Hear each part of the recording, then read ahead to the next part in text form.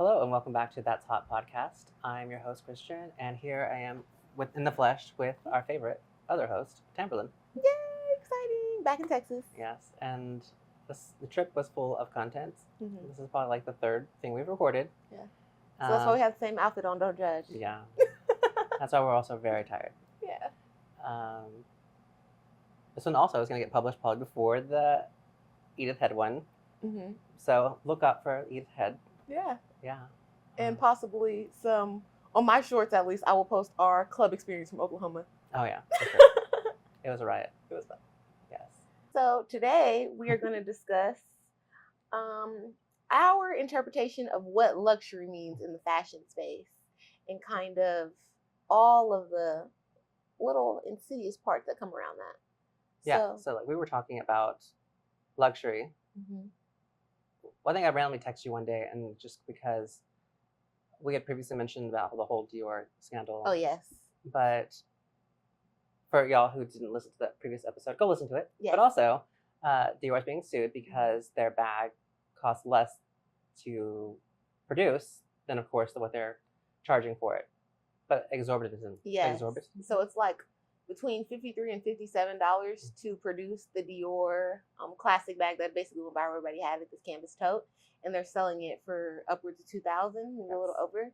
So the Italian courts have decided that it's not equitable and tenable, so they need to do something about it.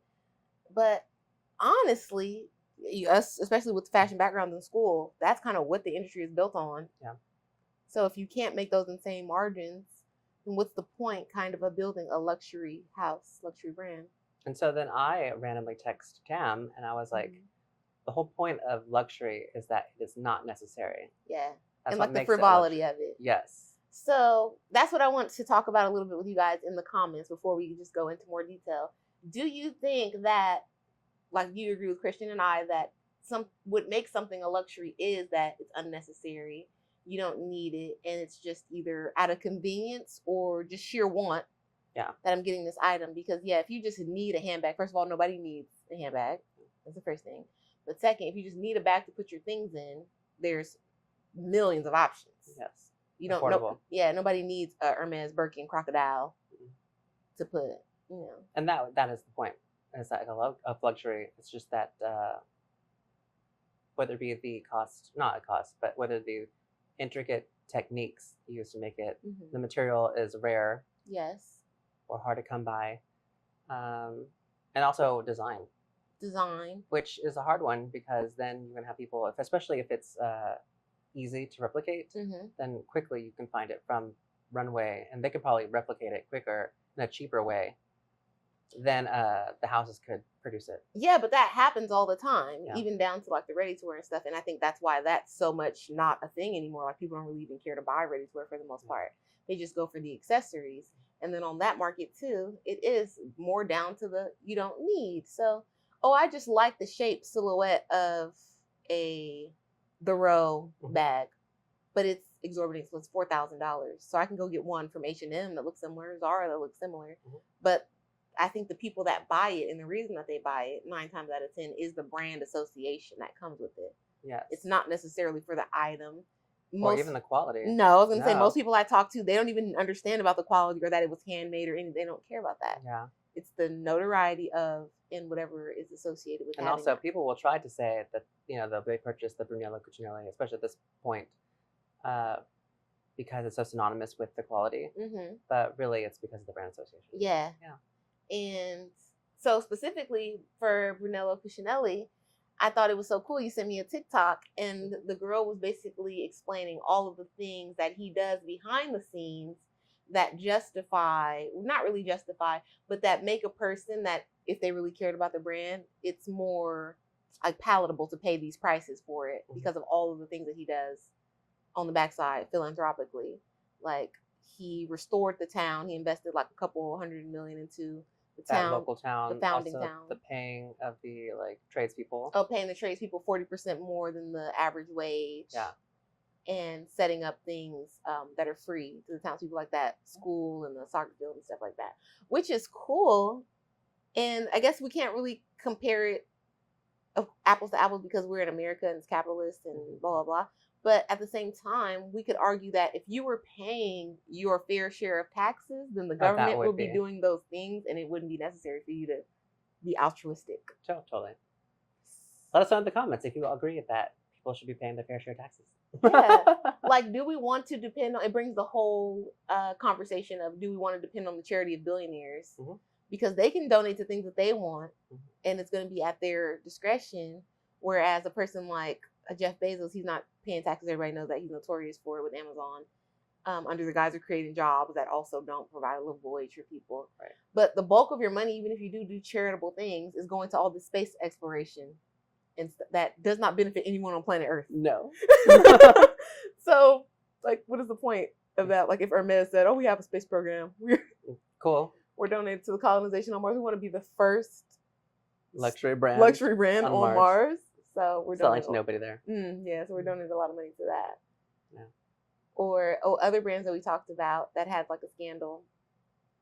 No, we already talked about that, so we can't bring up like Dolce & Gabbana again, not paying their taxes. Yeah. But okay, so Chanel, they're notorious for raising their prices every single year. Mm-hmm. But even diehard Chanel girls have noted the quality decreasing recently, to the point where they're saying they're not buying any new Chanel. They will go to the resale market, or they will purchase just another brand. They rather get, if the average Chanel bag is $6 to $7, I could just get a Birkin. Yeah. So what do you think about that, of the whole raising the price to keep, I guess, the exclusivity? Oh, this is perfect, because we've had a very fashion-filled weekend. Mm-hmm. We just came from Neiman's, and one of the sales associates, I'm trying to remember her name, but anyway, I couldn't remember.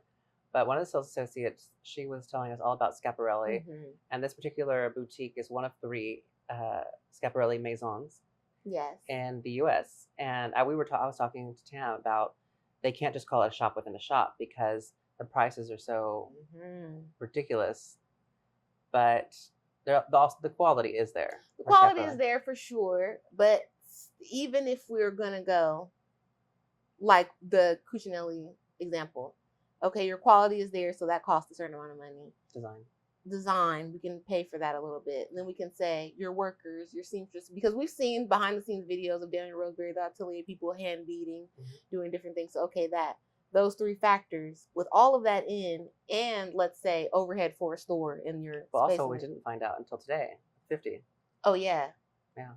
So even with all of that, the price of your, in a store, whatever overhead, broken down into pieces. Oh, wait, explain 50. Oh. Yeah, sorry. So the 50, Schiaparelli only makes up to 50 of each piece. Yeah. So to keep it exclusive. But even with that, those pillars, does it justify $10,000 for a dress? I guess so. I don't know, because all that was ready to wear, right? Yeah. Yeah. There was no haute couture. But yeah, there wasn't. Mm-mm.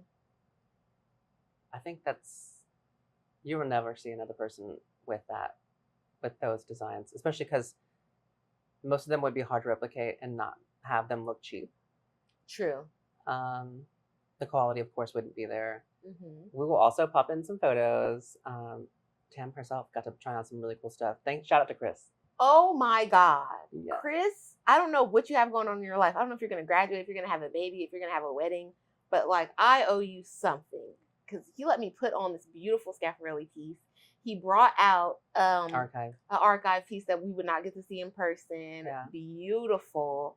Just, It was so cool because he didn't have to do that. He knew that we weren't shopping. No. We were just hanging out, talking about it. But he heard, and that's what he said. He was like, oh, I heard you kind of like geeking out over the stuff, so I figured, like, let her wear one. That was so sweet.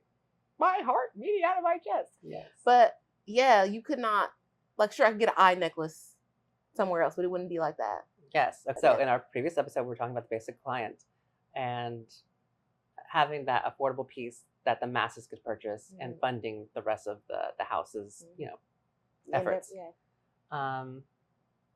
He did mention that there were more affordable pieces. Like entry-level pieces. Yeah, like a scarf or something. Of course, they were like, he said it was Schiaparelli prices, like $600 for a scarf. I don't know, how much is a Hermes scarf? It depends because everything is so, and that's why fashion is down, and we discussed that on a prior episode too, because the resale market has gone up so much. Like no one wants to pay that store price to be the first wearer. Yeah, nobody cares. It's rare. Yeah, no one cares anymore. Yeah. And let's see, Hermes scarf. Silk scarf? Yeah.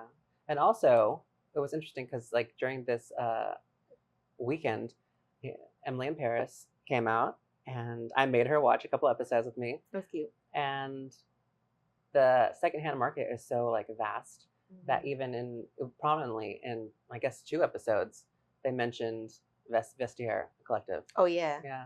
So Hermes scarf starting at $550. Okay. So that's close. Same.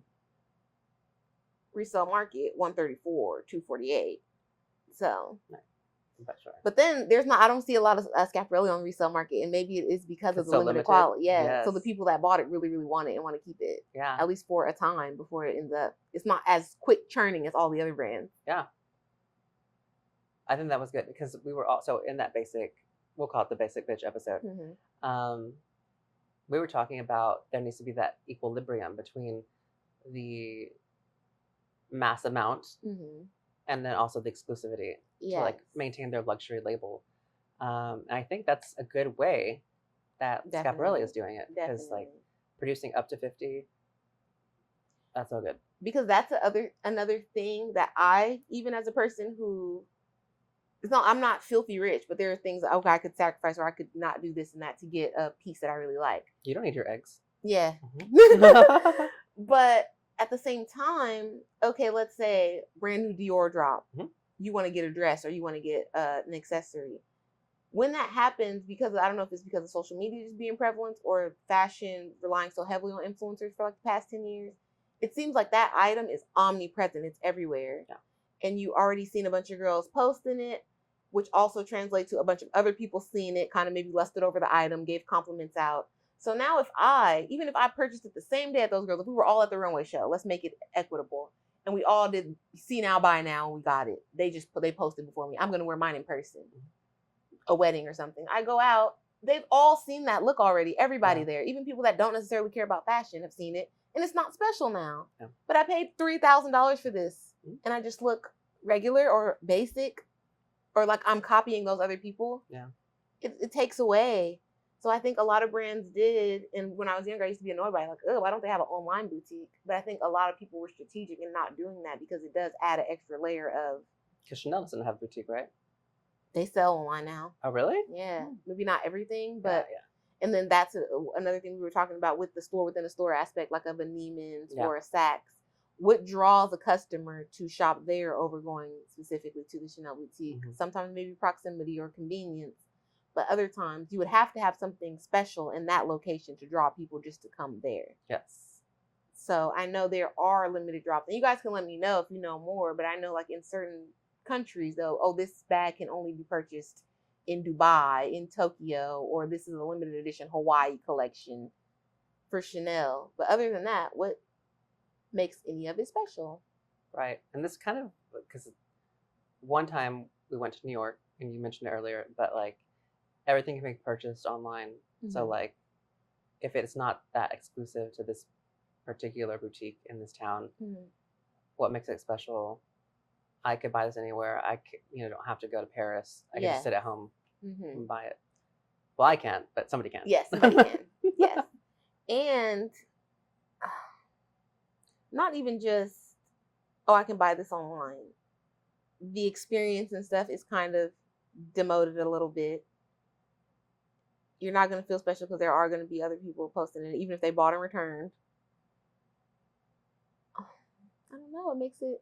Oh, and yeah, well, why wouldn't I wait for it to like go on sale or go on the resale market if I'm a person that really cares about the fashion of it and not the clout? Yes. I would wait for the sale. Does it make sense? There was this one like quote, I believe it's from the documentary that Iris Apfel, that she at first, because she was doing like textiles and rugs, right? And home stuff. They would go abroad and purchase from like a resale and like flea market type things and all that. Yes. She did say that in the beginning she would get there bright-eyed, bushy-tailed in the beginning at the crack of dawn to beat other people. But then she realized because she does have a unique sense of style and taste, that whatever was meant for her would be there. Mm-hmm. Like she didn't have to get up that early. Yeah, because then you're just going through everything that's maybe for the masses, and that's not even. You kind of want them to pick over it first, take out the stuff for the masses. Yeah, it's like, not for me. Yes, that's more of, I don't know, generally appealing. Yes. Like kind of. And I know this may ruffle feathers, but all of a sudden I noticed it more with social media. Of course, it was out before if you were like into interior design and you got maybe Elle Decor or different magazines. But now because of social media, people have an aesthetic for their house or their place. And then that becomes so popular, then people kind of copy. And even if it was expensive, like Eames chairs or something, then we get IKEA versions of that. Amazon. Amazon version of that. So now when you go into Target, they have all of that like boucle white furniture now. That's Sherpa, yeah. So true. I really want one. I saw it on a podcast and I was like, she looks so chic sitting that talking on that microphone. Yeah. And and like all the sculptural little plain colored pottery and stuff like ends up at Target. Well, because what is it? CB2? Is that CB? Oh, originally, yeah. Okay, so there it costs like what, $2,000. At Target it's like $20. Yeah, and of course it's like shorter and it's like polyester. Yes. Okay. Or not whatever expensive form of ceramic. This is like glass, mass produced. Yeah. But the average person that's just trying to get the look, they don't care about the artist that threw these pots. Yeah. You just want the look of it. So for the next a future episode, we need to talk about personal style across the board, like from your fashion to your home. Yeah. Well, because recently I went to Waco, which is the home of Magnolia, Chip and Joanna. Yeah. And so one of my friends mentioned that, that certain aesthetic that everybody was trying to go for. It was like that, I don't know, granola, very like white, neutrals. But like country influence, exposed wood. Yeah, but so it's like that, but they're trying to do it chic. So it's like a minimal palette. Yes. And then like woods and like earthy, very grounded. But at some point, it became less about or too sanitized. Mm-hmm. So at some point, it's just like bland and like there's no color, there's no aesthetic, no personality. No. And I saw a whole TikTok about that when a guy was saying because of that, the whole everything being bland or neutrals or all of these specific aesthetics about things. He's like, no one's house shows their cultural influences anymore. Oh. Like you used to be able to go to a person's apartment and you can kind of walk in, this might be me, whatever. This is a Black person's apartment or a Mexican person's apartment because of what they have up or religious iconography, whatever. But now everyone is so like living in a model home. Yeah, it's true. Living on a set for like the content that they maybe don't even make. Yeah. It makes sense if you want a very like that kind of aesthetic if you're a content creator. Yes.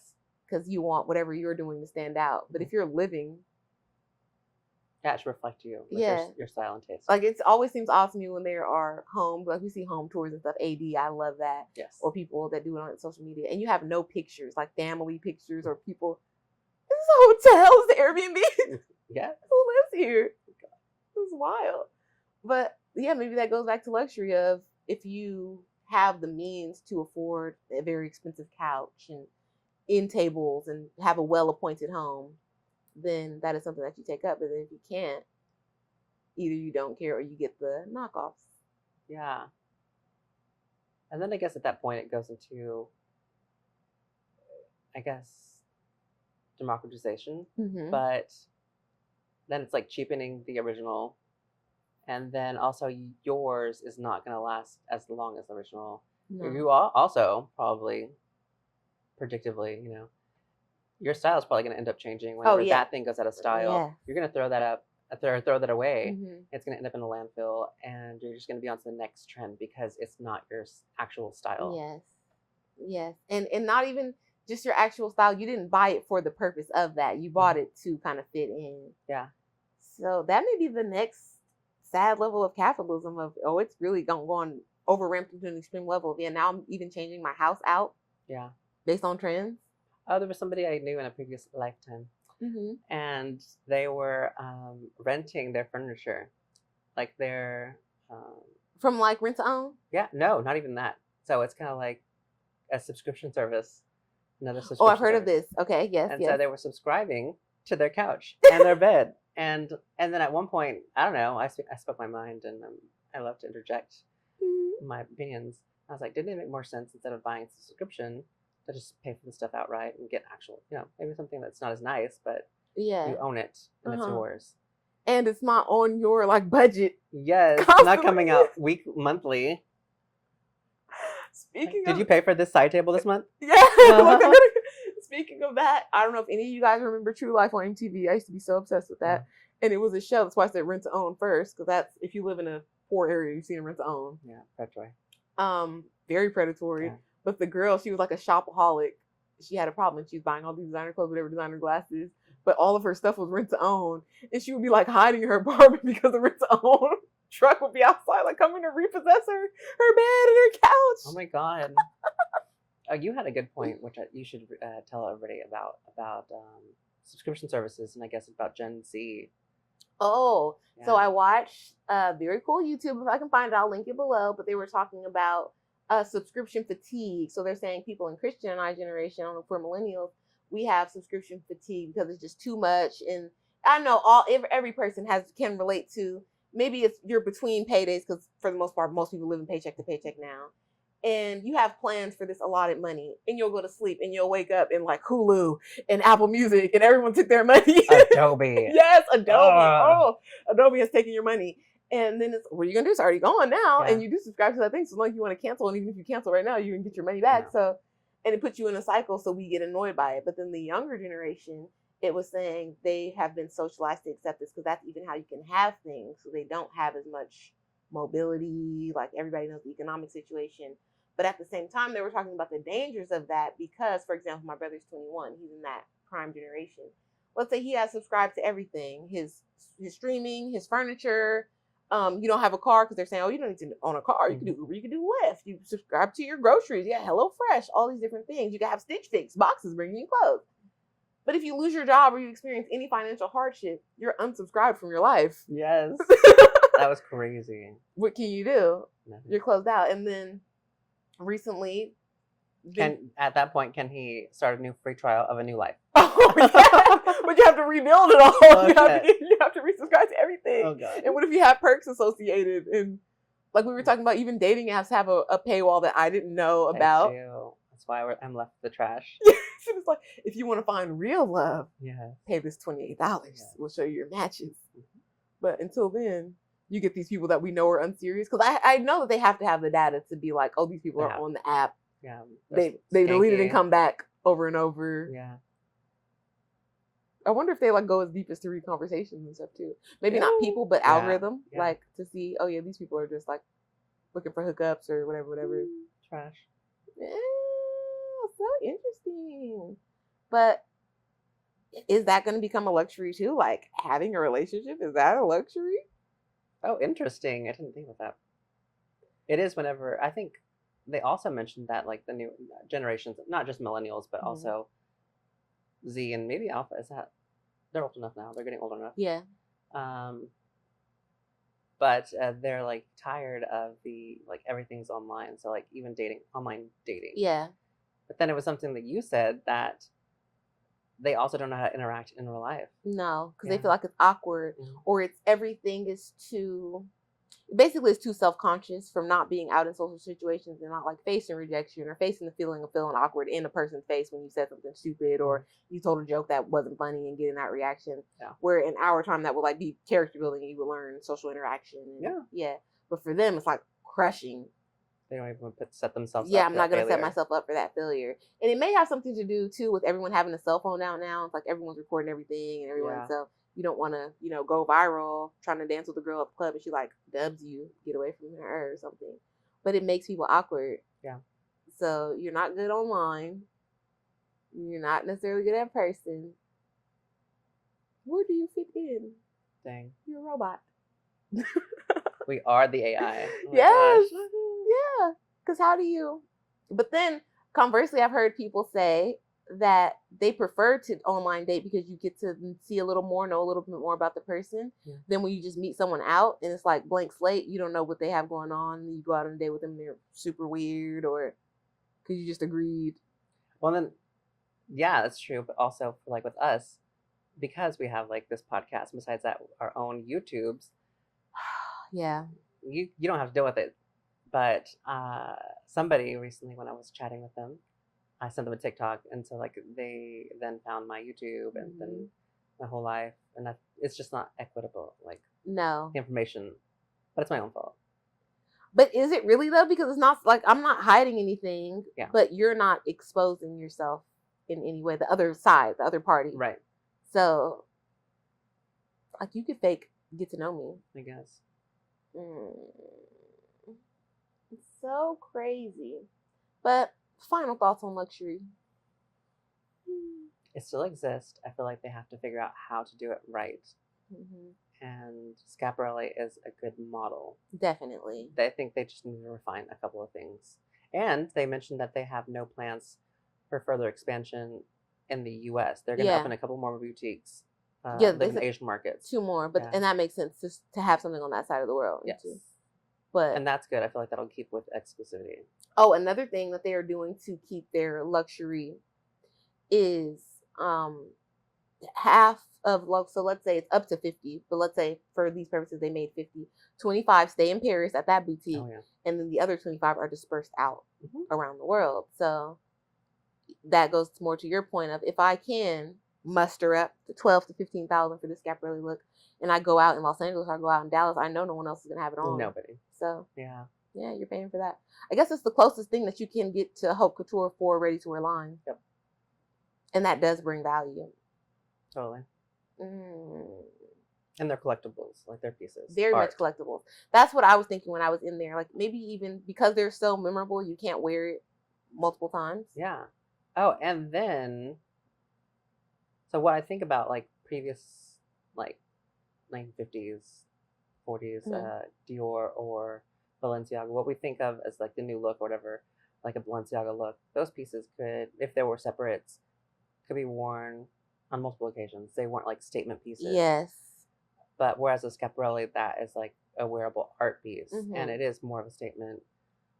Maybe they would have to figure something out, because, like how you say, you can't wear a statement piece repeatedly. No. Yeah. It would, and not even about the outfit repeater thing. It would just be weird of you, like, oh, here she is coming in her eye dress again. Yeah. And so they have to, because and then go back to the whole thing about luxury. The whole point of it is it's unnecessary, but it's enjoyable, and it should be like wearable art. Yeah. And whenever you get like a Dior piece that's being sold for a very expensive price, but it is a basic canvas bag, it is no longer, not only is it not necessary, it's not thoughtful or artful. No. Yeah. And especially, it's just capitalism. It's just capitalism, and especially when it's like a mass production. Yeah. Because they're like, that's not even special. So I get it. Okay, the Schiaparelli bags, we were talking about that, insanely expensive. But same thing, you're not going to go out and see everyone with that bag. Yeah. And so it kind of does. If you are seeking exclusivity for the price, it makes more sense to go that way than the other brands. And it's sad that we can't think of, or that there are no other heritage houses that operate like that. No. Especially because, like, the only other thing I could think of, like, heritage houses, like, everybody's doing, like, mass things. Especially, like, Balenciaga's now doing sportswear. Not even sportswear, activewear. Activewear. Yeah, sorry. YSL's good clothes, but everything's still, like, mass produced. Yeah, and they're slowly, in my opinion, becoming like an accessories and beauty company more so than the clothes. Yep. So yeah, you guys need to take a few pages from Daniel Roseberry's book, or just the Schiaparelli, because maybe he's not in charge of the rules, but that would help. Let us know in the comments what you think the fashion, what do you think the future of luxury fashion is? Yes, we would love to hear your thoughts. And let us know maybe some other topics you'd like to hear us discuss. We're very knowledgeable about fashion, clearly. We were let into a museum. We got media passes. We're officially fashion journalists. Yes. Yeah. Have fun. Thank you so much for watching another episode of That's Hot Pod. We'll see you next time. Bye. Don't forget to follow us on all the social medias. It's at That's Hot, HAUTE pod. Thank you for following. Yeah. Bye. Bye.